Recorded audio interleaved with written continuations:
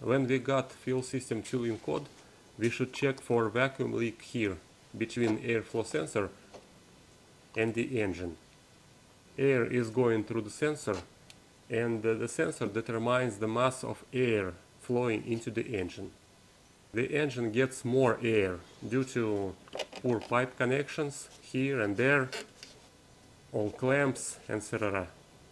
And here is a good example. This flexible pipe is damaged. Here.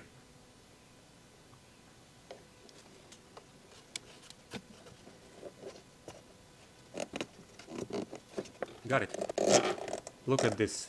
I put my finger through the hole in the wall of the pipe. A 2010 Murano, a very old car, and one of the most common problems here is this rubber pipe. Do not rush to take your car to the repair shop.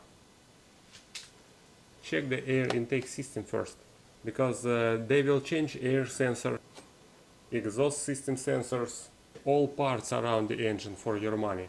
But first of all, check this area yourself.